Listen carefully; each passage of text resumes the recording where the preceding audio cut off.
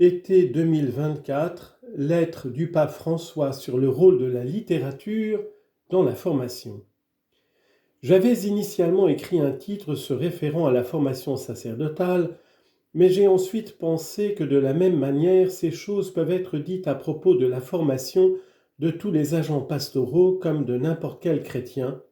Je veux parler de l'importance de la lecture de romans et de poèmes dans le parcours de maturation personnelle. Souvent, dans l'ennui des vacances, dans la chaleur et la solitude de certains quartiers déserts, trouver un bon livre à lire devient une oasis qui nous éloigne d'autres choix qui ne nous feraient pas du bien. Il y a aussi les moments de fatigue, de colère, de déception, d'échec, et lorsque nous ne parvenons pas, même dans la prière, à trouver la tranquillité de l'âme, un bon livre nous aide à traverser la tempête jusqu'à ce que nous retrouvions un peu de sérénité. Et peut-être cette lecture nous ouvre-t-elle de nouveaux espaces intérieurs qui nous aident à ne pas nous enfermer dans les idées obsessionnelles qui nous tiennent inexorablement. Avant que les médias, les réseaux sociaux, les téléphones portables et autres dispositifs deviennent omniprésents, cette expérience était fréquente et ceux qui l'ont connue savent de quoi je parle. Il ne s'agit pas d'une chose dépassée. Contrairement aux médias audiovisuels où le produit est plus complet et où la marge et le temps pour enrichir le récit et l'interpréter sont généralement réduits, le lecteur est beaucoup plus actif dans la lecture d'un livre. Il réécrit en quelque sorte l'œuvre, l'amplifie avec son imagination, crée un monde, utilise ses capacités, sa mémoire, ses rêves, sa propre histoire pleine de drames et de symboles. Et ce qui en ressort est une œuvre bien différente de celle que l'auteur voulait écrire. Une œuvre littéraire est donc un texte vivant et toujours fécond, capable de parler à nouveau de multiples façons et de produire une synthèse originale avec chaque lecteur qu'elle rencontre. Dans la lecture, le lecteur s'enrichit de ce qu'il reçoit de l'auteur, mais cela lui permet en même temps de faire fleurir la richesse de sa propre personne, de sorte que chaque nouvelle œuvre qu'il lit renouvelle et élargit son univers personnel. Cela m'amène à apprécier très positivement le fait que, au moins dans certains séminaires, on dépasse l'obsession des écrans et des fausses nouvelles empoisonnées, superficielles et violentes pour consacrer du temps à la littérature, à des moments de lecture sereine et gratuite et à parler de ces livres, nouveaux ou anciens, qui contribuent de nous dire tant de choses. Mais d'une manière générale, il faut constater avec regret que dans la formation de ceux qui sont destinés au ministère ordonné, l'attention à la littérature ne trouve pas actuellement une place adéquate. Celle-ci est en fait souvent considérée comme une forme de divertissement, c'est-à-dire une expression mineure de la culture qui n'appartiendrait pas au chemin de préparation et donc à l'expérience pastorale concrète des futurs prêtres. À quelques exceptions près, l'attention portée à la littérature n'est pas considérée comme essentielle. Je voudrais affirmer que cette approche n'est pas bonne. Elle est à l'origine d'une forme grave d'appauvrissement intellectuel et spirituel des futurs prêtres qui sont ainsi privés d'un accès privilégié par la littérature au cœur de la culture humaine et plus précisément au cœur de l'être humain. Par cette lettre, je souhaite proposer un changement radical de démarche concernant la grande attention qui doit être portée à la littérature dans le cadre de la formation des candidats au sacerdoce. À cet égard, je trouve très pertinent ce que dit un théologien. Citation. « La littérature jaillit de la personne dans ce qu'elle a de plus irréductible.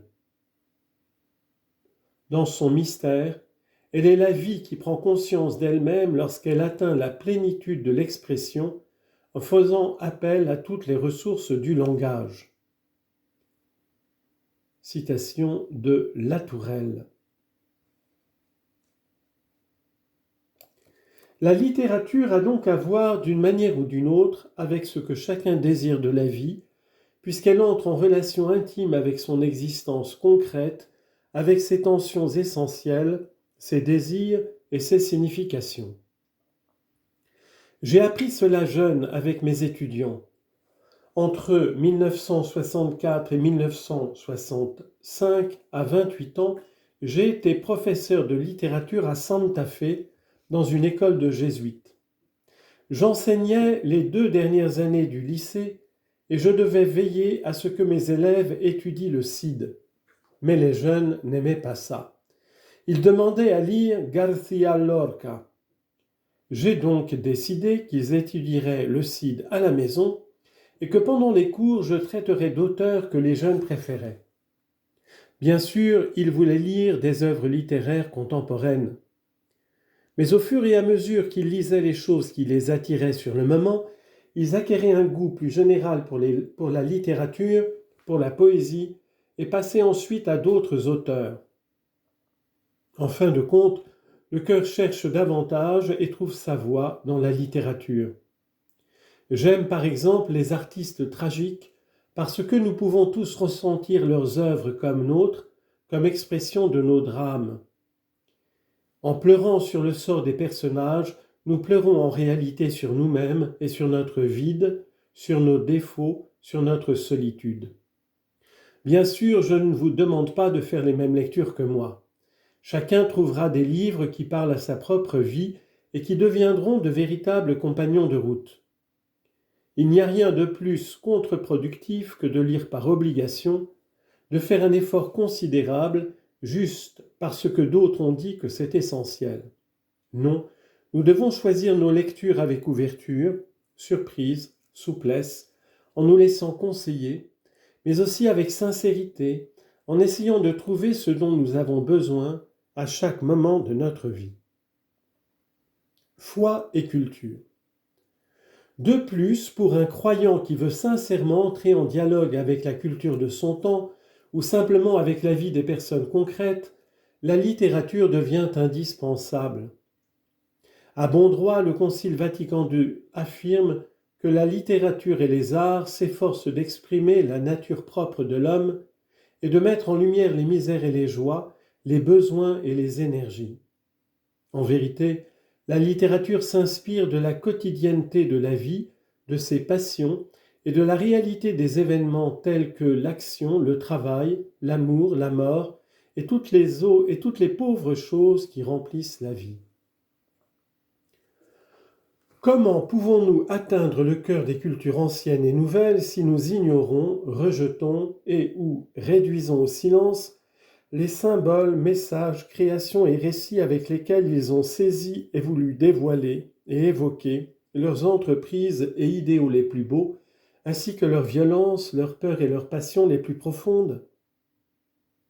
Comment pouvons-nous parler au cœur des hommes si nous ignorons, reléguons et ne valorisons pas ces mots avec lesquels ils ont voulu manifester, et pourquoi pas révéler le drame de leur vie et de leurs sentiments à travers des romans et des poèmes? La mission de l'Église a su déployer toute sa beauté, sa fraîcheur et sa nouveauté dans la rencontre avec les différentes cultures, souvent grâce à la littérature, dans lesquelles elle s'est enracinée, sans avoir peur de s'impliquer et d'en extraire le meilleur de ce qu'elle a trouvé. C'est une attitude qui l'a libérée de la tentation d'un solipsisme assourdissant et fondamentaliste qui consiste à croire qu'une certaine grammaire historico-culturelle a la capacité d'exprimer toute la richesse et la profondeur de l'Évangile. Beaucoup de prophéties de malheur qui tentent de semer le désespoir aujourd'hui s'enracinent précisément dans cet aspect. Le contact avec des styles littéraires et grammaticaux divers permettra toujours d'approfondir la polyphonie de la révélation sans l'appauvrir ou la réduire à des conditions historiques ou à des structures mentales. Ce n'est donc pas un hasard si le christianisme des origines, par exemple, avait bien perçu la nécessité d'une confrontation étroite avec la culture classique de l'époque. Un père de l'Église d'Orient comme Basile de Césarée, dans son discours aux jeunes, composé entre 370 et 375, probablement adressé à ses neveux, exaltait la valeur de la littérature classique produises par les exothènes, c'est-à-dire ceux de l'extérieur en grec, comme il appelait les auteurs païens, tant en raison de son argumentation, c'est-à-dire les logoi ou discours à utiliser en théologie et en exégèse, qu'en raison de son témoignage de la vie, c'est-à-dire les praxeis, en grec, les actes, les comportements, à prendre en compte dans l'ascèse et la morale. Et il concluait en exhortant les jeunes chrétiens à considérer les classiques comme un éphodion, c'est-à-dire un viatique, pour leur instruction et leur formation, et en tirant un profit pour l'âme. Et c'est précisément de cette rencontre de l'événement chrétien avec la culture de l'époque qu'est née une réélaboration originale de l'annonce de l'Évangile. Grâce au discernement évangélique de la culture, il est possible de reconnaître la présence de l'Esprit dans la réalité humaine diversifiée, c'est-à-dire de saisir la semence déjà enfouie de la présence de l'Esprit dans les événements, dans les sensibilités, dans les désirs, dans les actions profondes des cœurs et des contextes sociaux, culturels et spirituels. Nous pouvons par exemple reconnaître dans les actes des apôtres, lors de Paul à l'Aréopage, Actes chapitre 17, une approche de ce genre. Paul, parlant de Dieu, affirme « C'est en lui que nous vivons, que nous nous mouvons, que nous existons, comme l'ont dit aussi certains de vos poètes, car nous sommes de sa descendance. » Il y a deux citations dans ce verset. Une indirecte dans la première partie où est cité le poète Épiménide du VIe siècle avant Jésus-Christ, et une directe où est cité les phénomènes du poète Aratus de Stylo du IIIe siècle avant Jésus-Christ, qui chante les constellations et les signes du beau et du mauvais temps. Paul se révèle ici lecteur de poésie et dévoile sa façon d'aborder le texte littéraire qui ne peut que faire réfléchir sur le discernement évangélique de la culture. Il est traité par les Athéniens de spermologos, c'est-à-dire de corbeaux bavards, de charlatans, mais littéralement de récolteurs de semences. Ce qui était certainement une insulte devient paradoxalement une vérité profonde. Paul recueille les semences de la poésie païenne et sortant d'une attitude antérieure de profonde indignation, Acte 17-16, il va jusqu'à reconnaître les Athéniens comme étant très religieux et voit dans ces pages de leur littérature classique une véritable préparatio evangelica, préparation évangélique. Qu'a fait Paul ? Il a compris que la littérature découvre les abîmes qui habitent l'homme, tandis que la révélation puis la théologie s'en emparent pour montrer le Christ, pour montrer comment le Christ vient les traverser et les illuminer. Toujours citation de Latourelle. La littérature est donc une voie d'accès vers ces abîmes qui aide le pasteur à entrer dans un dialogue fructueux avec la culture de son temps.